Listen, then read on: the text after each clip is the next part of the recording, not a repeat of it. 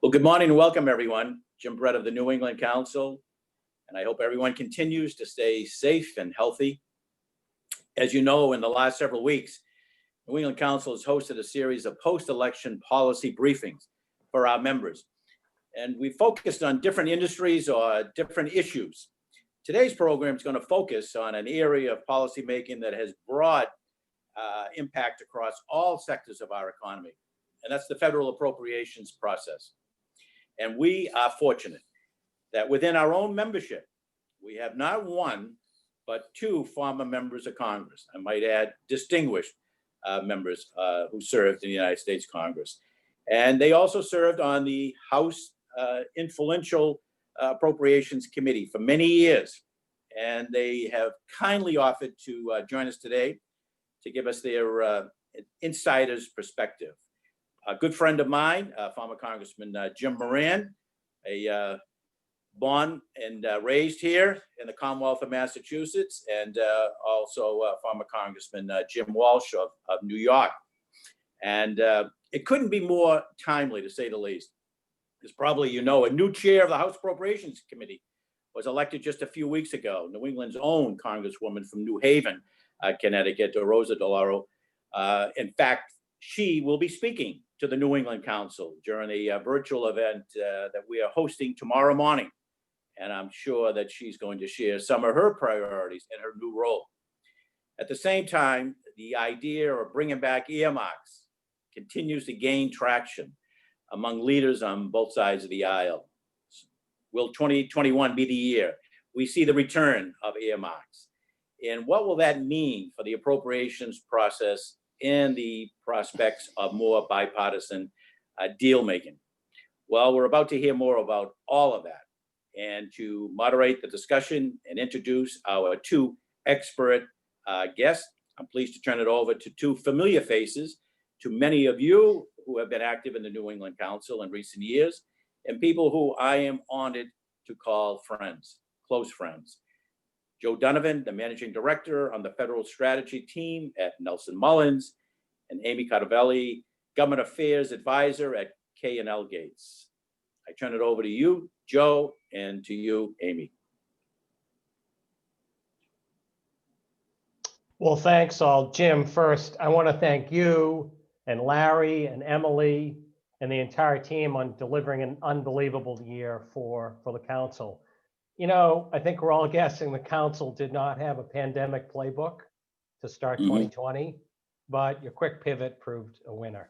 From briefings with the New England delegation and additional members across the country to information we could really use in the face of COVID-19 to previewing what's to come for 2021, like today's program, the council really came through. And I also want to thank my friend Amy at K&L Gates. It's great we're able to put this together and appreciate the time that everyone else has taken this morning.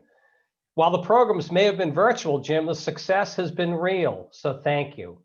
And again, I want to welcome and thank my colleague, Jim Moran, for being here today for our Appropriations Outlook. Jim's public service is impressive.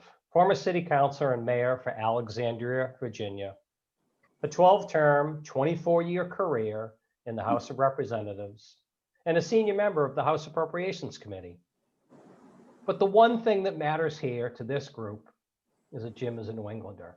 He grew up in Natick. He attended Marion High School in Framingham. He played football at Holy Cross, where his dad, Jim Sr., played, until his dad played for the Boston Redskins. Now, when Jim Jr. didn't get that call from the then Boston Patriots, he moved on in his career.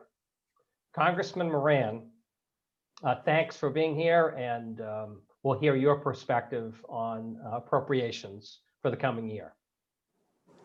It's my pleasure and honor, Joe. Thank you. Do you want me to speak first, or do you want to introduce my buddy Jim Walsh first before we speak? Why don't I go ahead, and this is Amy, so I'll go ahead and introduce Jim Walsh, and then we can get into the remarks. Okay. I think it'll flow more seamlessly that way. So Thank you, Chairman Brett. Amy Carnevale with K&L Gates. K&L Gates has been proud to be a member of the New England Council for many, many years. It's been a wonderful partnership, and New England Council really has been a leader in the region. For those who aren't familiar, K&L Gates is a global law and integrated global law firm with 44 offices across 5 continents. We have a large public policy group of which I'm a member. We have nearly 50 professionals working public policy issues in offices from Brussels to Boston. Of course, the heart of our public policy group is in Washington, D.C. And my colleague, former Congressman Jim Walsh, is a leader in that practice. Jim comes from a family with a history of public service. His dad was mayor of Syracuse and served as congressman from the Syracuse area in the 1970s. And his son now is the first independent mayor of the city of Syracuse. So again, it's a proud family of tradition of public service. Jim started his career as a Peace Corps officer, a volunteer in India. When he returned back to the States, he worked as a social worker in central New York before being elected to the city council in Syracuse, and then went on to serve as chairman of city council, and then was elected to Congress in 1989. He served 20 years in Congress before retiring. 16 of those years were on the Appropriations Committee. And a little known fact, I'm not sure has ever been duplicated, Jim's entire term of service on the Appropriations Committee was either as chairman or ranking member of one of the subcommittees. So I think that gives you an indication of what his colleagues thought of him as a 2-term member of Congress coming on the committee brand new, coming in as a chairman of one of the subcommittees. In his tenure on the Appropriations Committee, he served on 5 subcommittees, as either ranking member or chairman. He chaired the DC subcommittee, the legislative branch subcommittee, the then military quality of life subcommittee, which funded military construction and defense health and VA programs. Served as chair of the VA HUD and independent agencies subcommittee, which covered EPA, FEMA, NSF, and he served as the ranking Republican on the labor health subcommittee. And I'll just close with a note, given our panel of Jims this morning. Jim Walsh had the distinct honor of actually having a visa named in his honor for his work in the Northern Ireland peace process. It was known as the Walsh visa. Looking forward to the remarks from both Congressman Jim Walsh and Congressman Jim Moran. And I think we'll go ahead and start the program now with Congressman Jim Moran. And I just note for anybody that has a question, you can just go ahead and put it in the chat box, and then we'll get to questions after both remarks. Very good. Terrific. Amy, can I ask, are you related to Tony Carnevale by any chance? I am not, but I get that I know of, but I get that question a lot. It's a great name. It's a great name. And I'm certainly honored to be able to participate in a New England Council function here. I listen to as many NEC interviews as possible, and they're always enlightening. And of course, Jim Brett does a fabulous job. Joe, thank you for the introduction. And Jim Walsh is one of my heroes. He knew how to serve his constituency in the right way. It's interesting that both of us came up from local government. And when you're served at the point where the rubber hits the road, you realize that most people are concerned about whether they're going to be able to keep their job, whether their job is adequate to provide for their family, whether they can send their kids to a good school system, and whether their neighborhoods are safe. That's what matters to them. They want a responsive government, and all the partisanship is it's fine if you want to pick sides and you can afford the luxury of doing so, but most people are focused simply on those priorities. And I find that's related to the appropriations process. When Jim and I were on the Appropriations Committee, we tried to see through the partisan fog and identify things that would matter most to the members of the Congress on both sides of the aisle. And one of the things that we had at our disposal was what are called earmarks, which enabled members to deliver services directly to their constituents, services that mattered generally. We would call them projects of national significance, but they really were projects of local significance. And I'm going to give a little background here. Jim can refute it if he would like, but things have deteriorated in the Congress as a whole. And I think one of the reasons is that the appropriations process has broken down. As a Democrat, I have to be objective about it, and to say some of it clearly is because of the partisanship that came in with the in 1994 with the Gingrich so-called revolution and so on. But I think President Obama deserves some blame for the breakdown of the appropriations process, which is integral to the ability of the Congress to function effectively. While he did a lot of great things, and I support him generally, he said that any appropriation bill that has an earmark in it, I'm going to veto. Well, he never got a regular appropriation bill in 8 years serving as president, because it's just too easy to vote against a big spending bill unless it has something within it that directly serves your constituents. And so I think that somebody like Joe Biden, with his lifelong knowledge of the way that the legislative process works, I do think he's going to bring back earmarks. I think Steny Hoyer and Nancy Pelosi and hopefully on the Republican side, and Jim can address that, they realize that the appropriations process is central to getting legislation done. Even you go back to Abraham Lincoln, and he made sure there were favors available for people who would support the Emancipation Proclamation. You can go to the Great Society programs and all the money that went to Ev Dirkson's constituency in the state of Illinois in order to get his support. It's the way that the legislative process, at least at the national level, was intended to be used. So I think we're going to see a major change in terms of the appropriations process. And I think it will kick off with this ability of members to have more of an individual role in putting together appropriation bills. So that, I think, is going to be the biggest change. And I do think that a Biden administration is going to use the appropriations process, and particularly Richie Neal, who's chair of the Ways and Means Committee, to fund a substantial infrastructure bill, both physical and human infrastructure. And I think you'll see that kicked off at the beginning of the year. Before that, we've got to deal with 12 appropriation bills, none of which are funded, and whose authority to fund the government expires this Friday.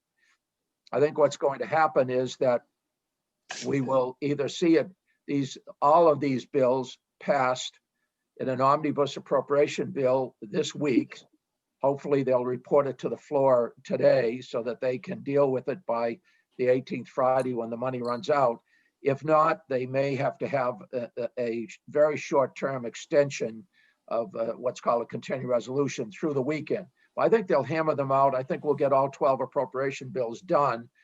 They will probably be used as the engine to carry the COVID relief bill. That COVID relief bill is going to be anywhere from $650 to $750 billion, somewhere around $750 billion. It's going to be split up in two. You'll see, in addition to the roughly $748 billion that they're talking about, which contains all the major elements, you'll see the state and local assistance and the liability protection for employers split out. That will be in a $160 billion bill. I think that is unlikely to pass. Once those two most controversial issues are put aside, I think you'll see about a $750 billion omnibus bill carry the COVID relief bill. And my guess is it's going to be done at least by the end of this weekend. That will clear the table for the Biden administration to come in with a brand new budget. I think you're going to see more targeted spending on in the areas that need it, state and local, particularly physical infrastructure, and a lot of education, healthcare, to make sure that the rollout of the vaccine works. I'm hoping that we'll see a greater sense of bipartisanship by using some of the tools of the appropriations process. At this point, let me turn it over to my friend and colleague, Jim Welsh, and hear what he has to say. I know we're both most interested in responding to any questions that might be raised. Well, thank you, Jim, and really nice job on the big picture. I'm going to be a little more specific on sort of the process, and hopefully it's not too repetitive for most of you, but I also wanted to say thank you to Amy for the introduction, the very generous introduction. Amy is a delight to work with. She's as you know, a state committee person in the Republican Party, and she had real insight into the Trump administration. She had great contacts in there. I did not. I was not a Trump supporter. I kind of stayed away from those guys. But you know, you have to be able to balance these things off, and Amy was really our window into the administrations. So thank you for that, Amy. I'm sure it wasn't easy at times. I'm a good Republican, but I just couldn't go there. And also to Jim and I go back to 1990, which is a long time in a life. And we've always had a great relationship.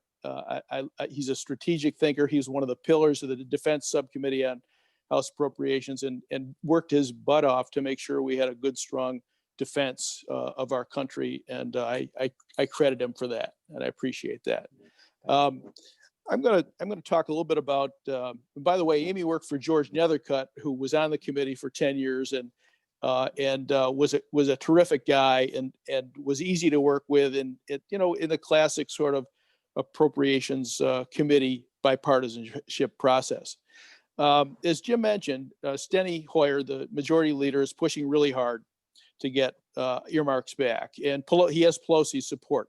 Most would agree with that, and it looks like he has Rosa DeLaura's support, which is critical, because the committee will ultimately vote on whether or not to go this route. Why would they do this? As Jim mentioned, there's some very good reasons. I think there's been a total unbalance between the executive and legislative branch for the past 25, 30 years. The executive branch is continually fighting for our power, for Congress's power, the power of spending, power of the purse. And Congress has to fight back. They have to stand up. And I think this is the time, and I think Biden gets that. And he won't be insulted that it's an attack on him. It's just a rebalance. Second, it helps members bring home the bacon. And, there's not a whole lot you can take home these days with the process the way it is. My thought is that it will help this very slim majority that Nancy Pelosi has, and she's aware of that. We had a 5-vote majority when I was in the Congress, when Newt Gingrich was chairman, and we used earmarks to get people to line up to support the bills, and you have to have those tools, otherwise it breaks down. As Jim said, we haven't had a normal appropriations process in 16 years or so. And also, there's no budgetary impact. This is all discretionary money. It's approved by the Budget Committee. It's given to the Appropriations Committee to do with what they will. So there's no additional spending involved here. So it's not a done deal. The Republicans have a rule, both in the House and the Senate, that bans earmarks. They'll have to change that rule in order to participate. The Democrats don't need them to participate, but in order to participate, they would have to change their rules. So and in the Senate, of course, McConnell, he's a lifelong member of the Appropriations Committee. He probably wants them too, because it'll help him to make the trains run on time, which is what he's all about. He wants the trains to run on time. Richard Shelby from Alabama loves earmarks. But he's a cautious guy. He's not going to jump into it until everybody says we're ready to hold hands and jump together. So there's a really good opportunity here, a really good chance to make this happen. The main opponents of earmarks. McCain, Coburn, Flake of Arizona are gone. Now there will be others who will fill those voids. Mike Lee, Rand Paul, for example. But the momentum is there. You all in New England have done a fabulous job in terms of getting the right people in the right place. You have Rosa will be the chairman, Connecticut. Catherine Clark of Massachusetts is a new member, a well-liked member. Those two are your keys to this process. And on the Senate side, you couldn't be better off. You have Patrick Leahy is ranking on the full committee, very well respected guy, been around forever, knows all the rules. Jack Reed of Rhode Island, terrific guy. Jim and I served with him in the House. Chris Murphy, a relatively new senator from Connecticut. And then you have Susan Collins of Maine, who's she's in line to be the next chairman of the Appropriations Committee once Shelby goes. Of course, this is all if the Republicans hold the majority in January, and we'll see about that. But you couldn't be better positioned, and you need to work with those folks. I know you know their staffs. You need to get to know the Appropriations Committee staff too. As Amy could tell you, they make things happen over there.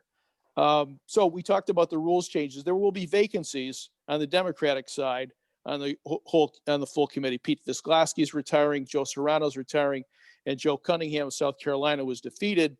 So that's 3 vacant seats. So if you got people who are coming up from New England, you need more help on appropriations, here's an opportunity.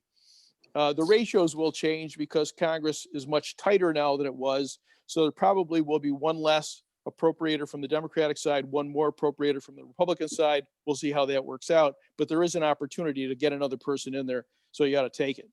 So the likelihood is increased. Who does this benefit? Well, they're probably, if they do earmarks, they're not going to go for public sector earmark, or for private sector earmarks. I know that Raytheon, for example, was with Ted Kennedy in the Senate. They did very well on appropriations. It's not going to work quite like that anymore. But who will benefit? The municipalities, cities, towns, states, villages, hospitals. I mean, you are the eds and meds capital of the world. So eds and meds, this is perfect for New England. Museums, authorities, those are the ones that will benefit the most from this process. So they need to start thinking, you need to start thinking about what your priorities are. And this could take a year, or it could take 2 years. It might not happen this year because things have to fall in place, especially in the Senate, but be ready. That's the byword, is be ready. The members should be approaching members of the committee. You've got DeLauro tomorrow. You should be ready for that. Have your gun loaded. Members should start working together on their earmark priorities. This organization, your organization, should work with member organizations to interface with the committee. State delegation letters are really important. Regional delegations, perhaps even more important. I remember when I would go through on VA HUD, I had VA, NASA, FEMA, EPA, and HUD. In HUD is the Community Development Block Grant Program. When we were there, when Jim and I were there, well, Jim was there after I left, but we had $5 billion in the Community Development Block Grant Program. $5 billion.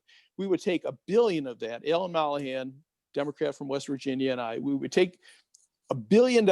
Half of it goes to the Senate, half of it goes to the House. I would mark up 60% for the Republicans. Alan would mark up 40% for the Democrats. That means I had $300 million to spend. And Alan had $200 million, and we did not interfere with each other. We let each other take care of the parties. Today, if you get 220 votes on an appropriations bill, that's a lot. We used to get 375 votes, 345 votes, 380 votes for our appropriations bills. And it helped with authorizing legislation too. So it really does make the trains run on time. Where do you look in the appropriations process? And I'll try to wrap up here real quick. Community Development Block Grant Program, Army Corps of Engineers, water projects, infrastructure bill that Jim mentioned. If that goes, the Transportation and Infrastructure Committee will probably earmark much of that. EPA, state and tribal assistance grants, state revolving fund, water projects, Homeland Security, air and rail security projects. So your airports and your rail will benefit. So sum up, word to the wise, start early, get to know Appropriations Committee staff, including associate staff, like members. Jim had one, I had one. They work for us, but they're paid by the committee. Get to know them, get bipartisan support, coordinate House and Senate. Clark and DeLauro are the keys in the House. Collins and Leahy are the keys in the Senate. There's going to be transparency requirements, which are not a problem. The members have to make the requests public. And who's not going to try to take credit for that? I used to fight with Schumer. He would take credit for my earmarks all over New York State. What are you going to do? I called him up and said, Chuck, take credit for the rest of the state, but leave my district alone, will you please? Those are my earmarks, all of them, but you can take credit if you want. I don't care about the rest of the state. You have to give justification. You have to list requests. All the requests have to be published, so your name will be in the paper. No, you have to show no personal interest or conflicts.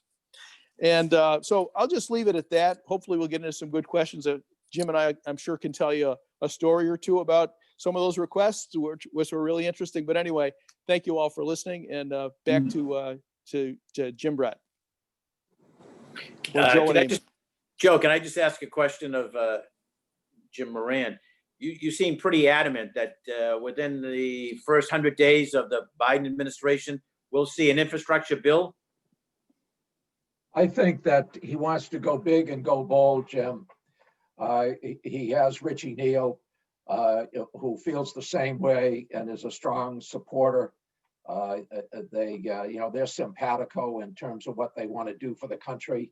A lot of the infrastructure, it's fiscal policy. The Trump administration largely relied upon monetary policy, just flooding the economy with cash. I think that President-elect Biden and Chairman Neal and Rosa, very much so, they have a stronger belief in the ability of fiscal policy to bring about the kind of change they want. They're not just looking for the stock market to increase. They want people's paychecks to increase. And so let's take this money, use it to employ people, use it to build a stronger physical foundation, whether it be through broadband, through expanding airports, right, transit agencies, and so on.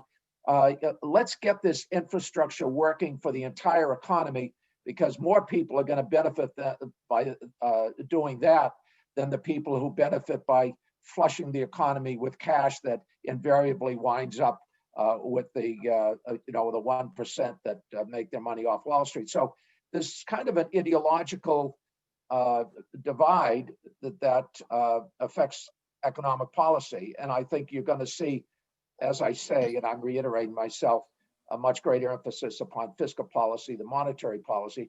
The problem is we don't have any money left. We're going to be, we're going to have over $20 trillion of indebtedness. But nevertheless, interest rates are so low that while interest rates are low, I think they're going to want to spend that money to strengthen the roots of our economy throughout the country, and those roots are based upon transportation, communication, and the manufacturing that's strengthened by investing in those areas. You don't think the momentum of the infrastructure bill will slow down once people start asking, how do we finance it? Do we borrow? Do we raise substantial taxes? I mean, how do you think that there is the consensus? We just got to do it, and we just have to find a way, whether you just said borrow our way, or do we find other means? Yeah, Jim, I think there probably will be some tax bill, probably not as much aimed at individuals as corporations. I think a lot of people feel that cutting the corporate tax rate down to 21% was lower than it need be. I think you'll see that bumped up closer to 30, not to where it used to be, but you'll probably add a good 5 or 6% onto the corporate tax rate. That'll generate some money. But the main thing they're conscious of is that particularly from a global perspective, U.S. cash is almost free now. There's just such a small interest rate attached to borrowing that we ought to maximize this opportunity before rates go back. And we know they're invariably going to. But right now, we don't have inflation. Let's seize this opportunity. A reminder that people can enter in their own questions in the Q&A box, as Amy had mentioned. So Jim Moran, do you think members, in particular Democrats, do they need to do a better job once again of explaining the benefits of earmarks and maybe taking away some of the negative perceptions that existed when, again, back in the day when the sense was earmarks were quote unquote out of control? The answer is yes, Joe. And I want to give a shout out to you, Joe, for pulling this together and for your hard work. You really are terrific. But that's Amy and Jim's, not I know. Me. But you're a friend, and you work with the firm, and I know all that Amy does, and certainly that Jim does. So they get their credit, and it's all deserved. But you deserve some credit too. So let me get to the issue here.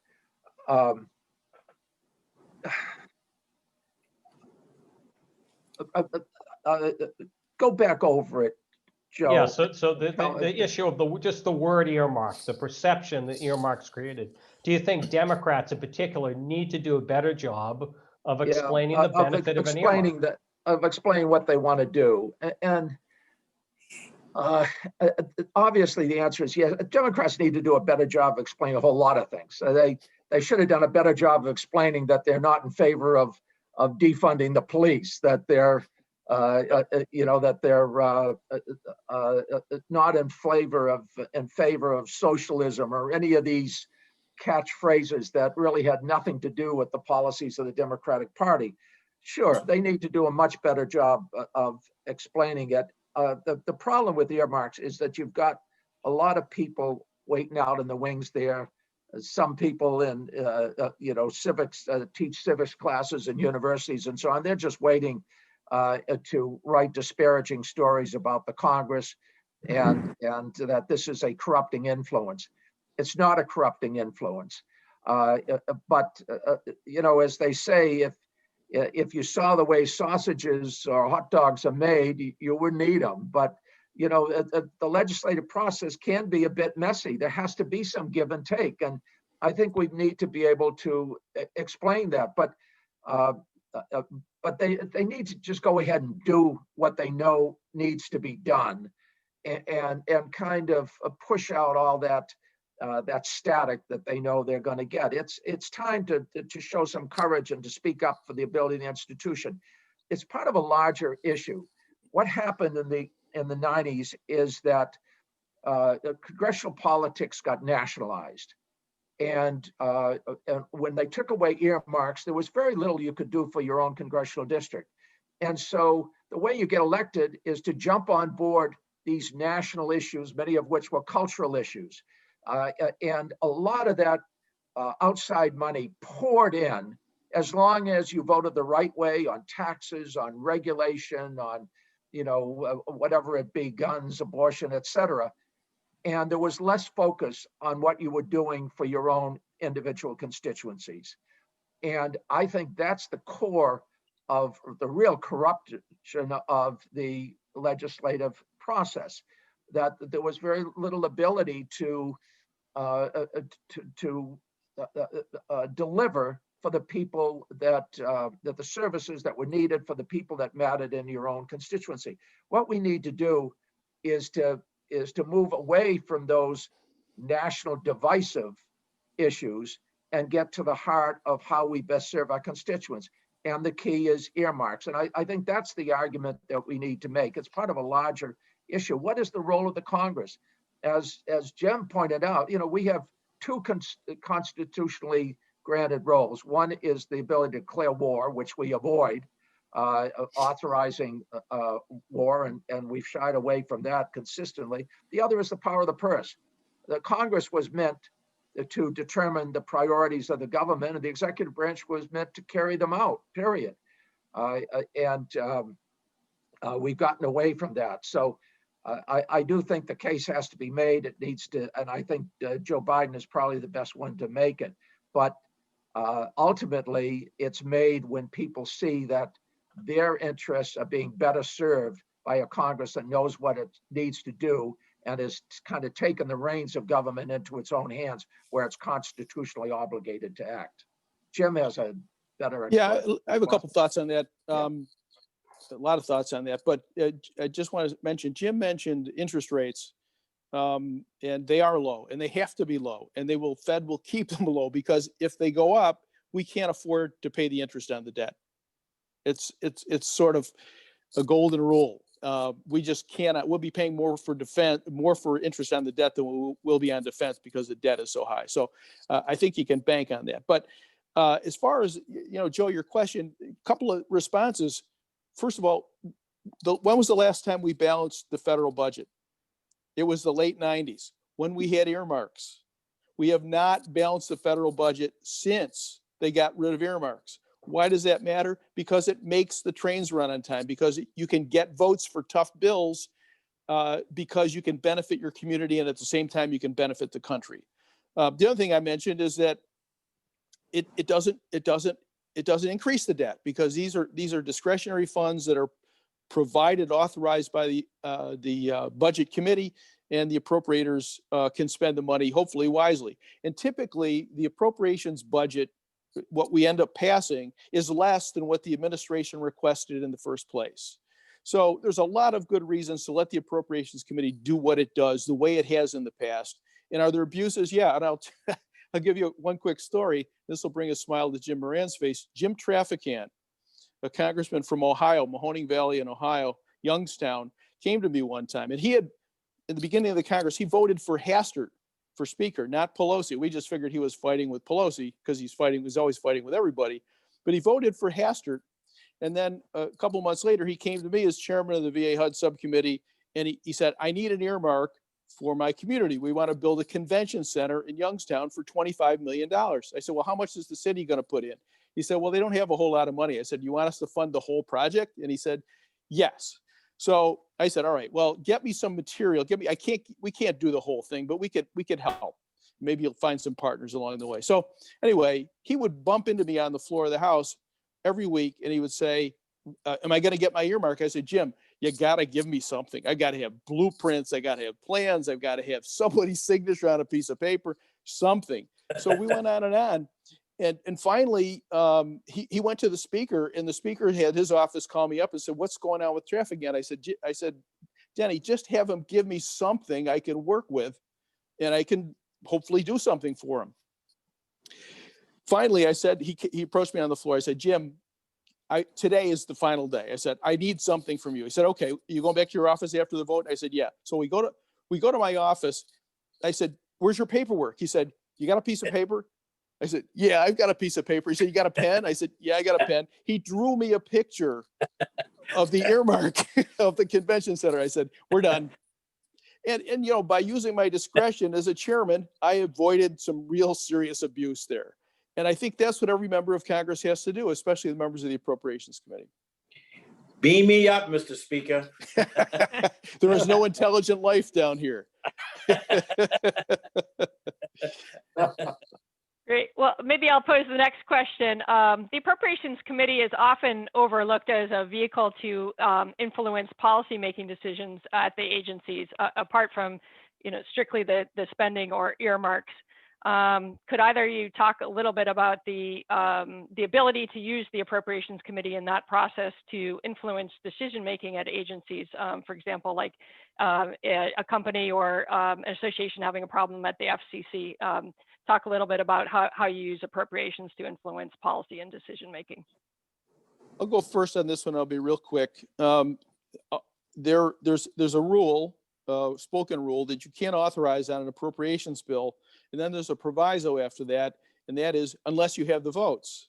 And so you can do virtually anything in terms of authorization on an appropriations bill if you can get it through the committee into the bill. You don't want to try to do this in conference, but if the authorization process doesn't always work, or it doesn't work on time. So things have to happen, and things that have to happen can wind up in the appropriations bill. And the way to get it done is to work with the chairman of that subcommittee and or staff and or the ranking member, and try to get it in the bill before it gets to conference, and then try to get somebody in the Senate to protect it over there. And you're positioned well to do that because you have Republicans and Democrats in the Senate.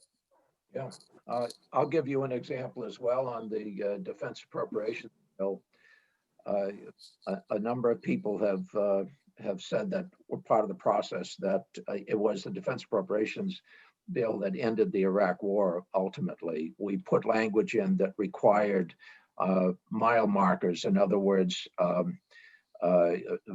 the defense had to tell us how they were progressing in terms of our objectives. They had to lay out the actual objectives, give us a time frame, and then measure themselves and how close we were achieving those objectives. And the reality is they couldn't do that.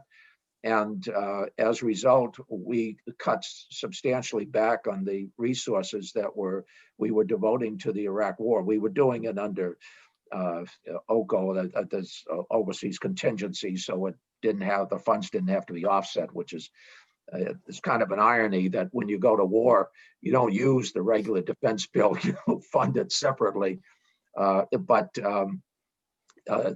ultimately, it resulted in the substantial drawdown of the resources we were putting into the Iraq War. That has happened in other areas as well, because as much as is authorized, it doesn't matter unless you fund it. And Jim knows that very well. The authorization committees always put in a lot more money that's authorized to be spent than can actually be spent. And then it's up to the appropriators to actually to define those priorities. And so, obviously I'm biased from the appropriations perspective, but I'd venture to say that more policy is defined by the appropriations process than by the authorization.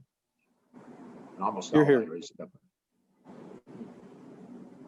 Amy, should we go to some of the questions that we've been getting? Go ahead, Joe. Sure. Let's see here. Okay, gentlemen, given the small margin in the majority in the House, do you think the Democratic leadership is going to require bills to be discharged with bipartisan majorities from committees before bringing them to the floor? And how will the leadership approach legislating in this new Congress? And this comes to our friend Heath Baumgartner from Boeing. Well, Heath is an inside player. He knows what he's talking about, and he's figured this out.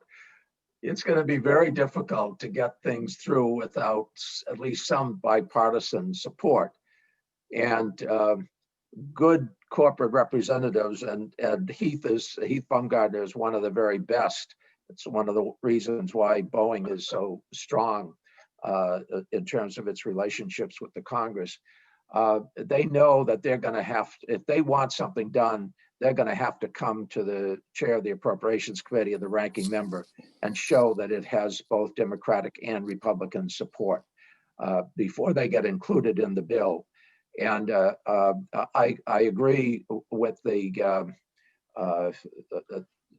what is implied by Heath's question.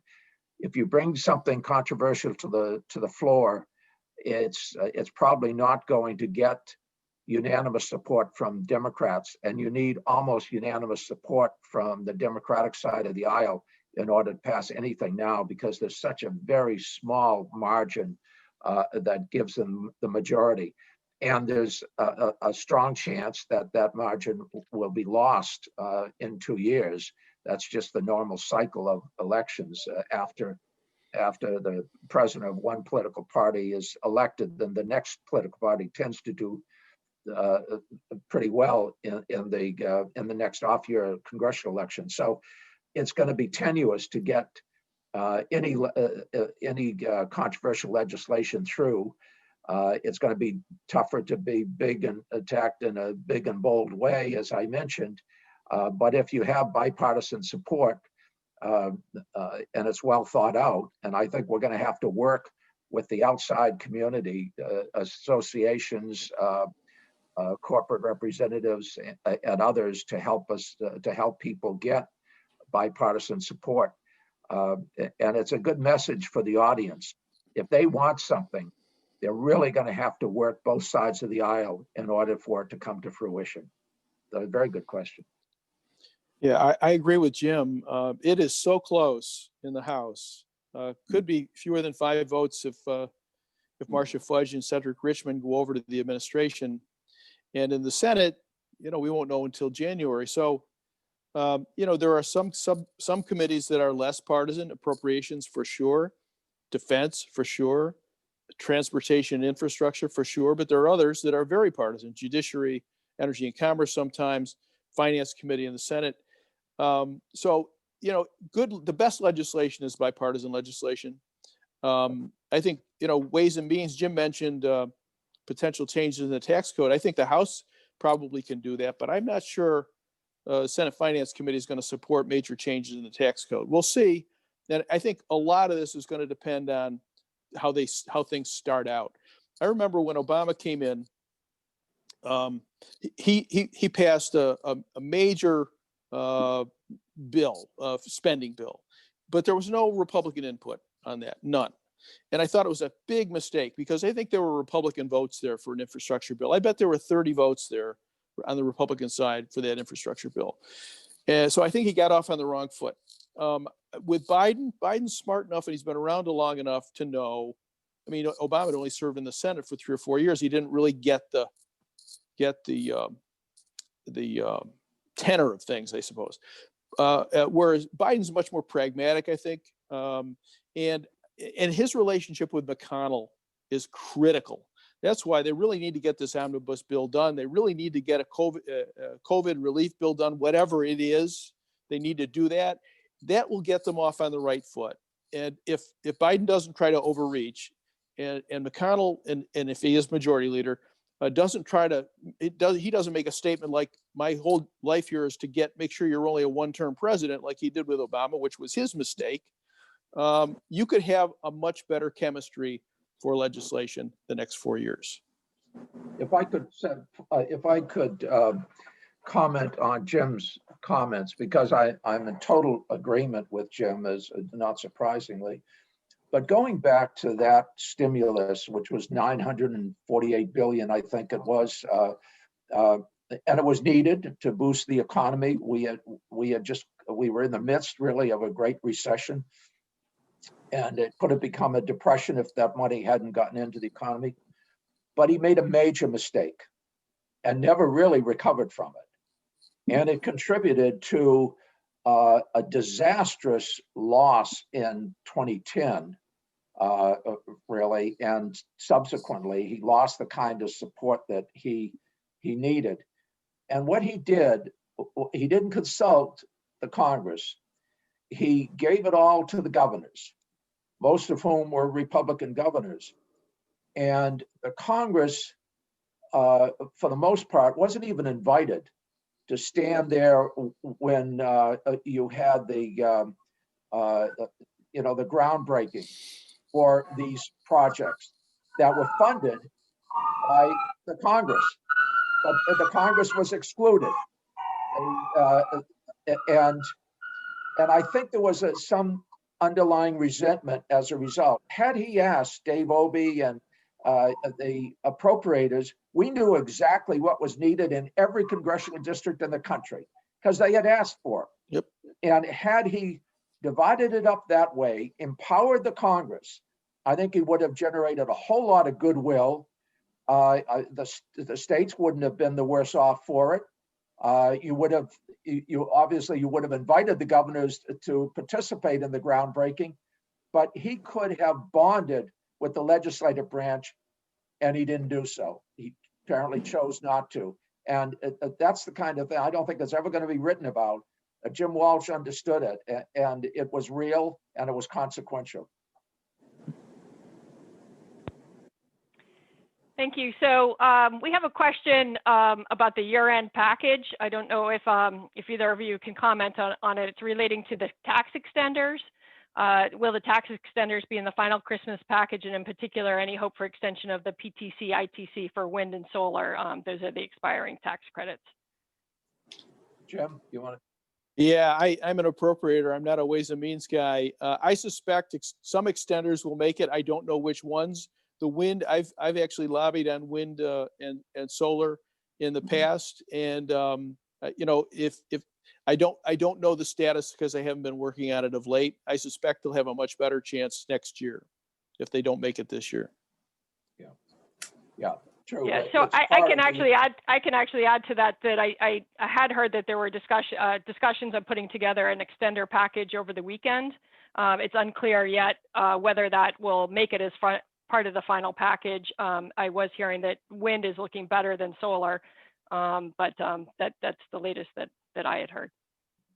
And of course, both are part of Biden's policy agenda. So if you don't get it this time, it's going to cause some disruption, but you probably will get it next year. And Richie Neal was very much supportive of it. Gentlemen, do you think that the the coming appropriation cycle for FY22 will in some cases be used almost as an additional stimulus measure, especially if there's going to be challenges to doing standalone stimulus bills? Could all of the 12 bills be used as, if you will, stimulus measures, to the point you've been making, to direct money at the projects and needs that the members know have to be addressed? Well, we've been mentioning Rosa DeLauro. She knows how to use the appropriations process. You can ask her tomorrow, but I do think she's going to pump some big money into hospitals, into school systems, into health research and the like. But I also think that, as Jim Walsh mentioned, the T&I Appropriations Subcommittee, Transportation and Infrastructure Authorization, but it's they call it THUD now, the Transportation Housing, but that it's chaired by Dave Price. I think you're going to see a substantial increase in what I call 302B allocations for that subcommittee to act as a fiscal stimulus. So my guess is you're going to see a major budget request from the White House February, March time period, maybe a little later, and then you're going to see some major appropriation bills. It has to be done now because, as we've said, the Democrats have such a tenuous majority. They're going to have to move quickly to be able to take advantage of that majority to implement their priorities through the appropriation process. You know, obviously this year, we're still not done, and they have to get the appropriations bills out. So they want to clear the decks, get those done. And I also think and hope they'll do a COVID relief bill. My son, as a mayor, has been waiting and waiting for state and local aid. Doesn't look like it's going to happen now. They're in an austerity budget. Cities and counties all over the country are in austerity. They're going to need help next year. So, you know, if they can get this smaller bill done now, I think Biden's going to come back and he's going to ask for another package, which would be a supplemental appropriation. It would not be the normal appropriations process. So it would be supplemental. They would not have to offset that, which is the problem with the real appropriations process. So I've got a feeling that if Biden can be successful with a supplemental appropriation, COVID-related, economic stimulus, infrastructure, whatever you want to call it, the normal appropriations process will proceed apace as it does typically without a lot of stimulus built into it. If they get that big bill, big if. Can I just ask a question on that relief bill of $748 billion? Do you think that is something that Nancy Pelosi is going to say, you know what, it's a half a loaf, it's not the local and it's not the state and local government funding that we really, really, really wanted, but you know what, we're ending the session. We can't go home without doing some bill. So we're going to just, we're just going to admit we got to accept this bill, 748. And as you said, you know, wait for the new president to come in with a big, bold, ambitious, state and local. But how do you see this playing out at the end of the week? My answer about Pelosi is yes. I think she'll swallow hard and take it. Dick Durbin announced in the Senate yesterday that he's going to vote for it. I think that's, if anything passes, that's what will pass. I agree. Absolutely. I was talking with some appropriation clerks this morning. They're not sure that all 748 is going to get in there. There may be some, some items that are in there now that might not make it, but for the most part, there will be a COVID relief bill passed. It'll probably be attached to the omnibus appropriation bills, and it'll probably be all 12 appropriation bills that'll pass. And Nancy will support it, and just assume that the state and local assistance is going to be funded next year. She does not want that employer liability protection to begin it, and I think that's the price of getting that out, is to give up on the state and local assistance and hope you can get it at the beginning of next year. I think we're down to our last couple of minutes here, closing out on the hour. I'd ask if former Congressman Walsh or Moran has any closing thoughts before we turn it back over to Jim Brett to close us out. Jim? Well, for my part, I'd just like to say thank you. It's been great, great exchange. You can see appropriators typically do agree, at least on the big picture. And so be ready, line up your support. Do state letters and delegation letters, work together, work with your key leaders and with the Appropriations Committee staff. And I think you can be very, very successful in the next couple of years. Absolutely. And I would say, listen to Jim Walsh. He knows what he's talking about, but also stay posted through the New England Council. You've got some good sessions coming up, obviously with Rosa DeLauro. You've got Jean Shaheen. You've got the people who are making decisions. They're all scheduled on your NEC agenda, and so stay posted. And our guess is that there probably will be some gifts that Santa provides for many of the businesses that need them. Not as much as they would like, but it probably will make a real difference in people's lives. I think that eviction, for example, which many people have asked about, you're probably going to see at least a month extension into January 31st, so that President Biden can do something about that. I think you're going to see a major unemployment benefit extension for another 4 months, with probably about $300 a week supplement, and whether you get the $600 amount that the White House asked for, that's in question. But on the whole, this will make a difference. I think it'll get us through the Christmas holidays, and then we kind of start anew. So stay posted. It's been a pleasure and an honor to be on this with my friend Jim and Jim Brett and Joe and Amy. Thank you all very much, and have a very happy holiday. Great. You know, you mentioned Rosa. The New England delegation is packed with powerful members, to say the least. When you think of the Ways and Means Chairman in New England, Massachusetts, Richie Neal, Rosa now in Appropriations Chair, Jim McGovern, Chairman of the Rules Committee. You mentioned, Catherine Clark, fourth ranking in leadership, and then you got John Larson, subcommittee chair down in Hartford. I mean, the list goes on and on. I mean, and it's a very cohesive delegation, and that's really because of Richie Neal, who makes it a point to meet with all 20 of his colleagues in New England to say what are the New England priorities. And it's a unique delegation, to say the least, but they are a powerhouse, to say the least.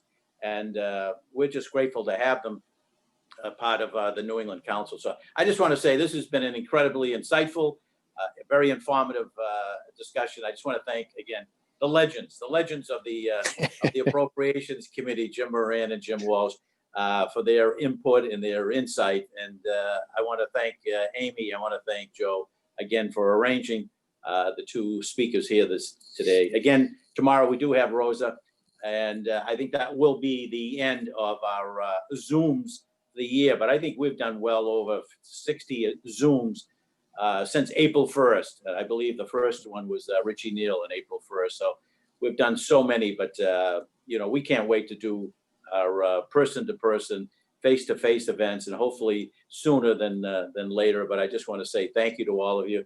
Hopefully you'll have a joyful and hopefully a very safe and healthy holiday season. But thanks for joining us. And again, a great program. And hats off to Amy and Joe.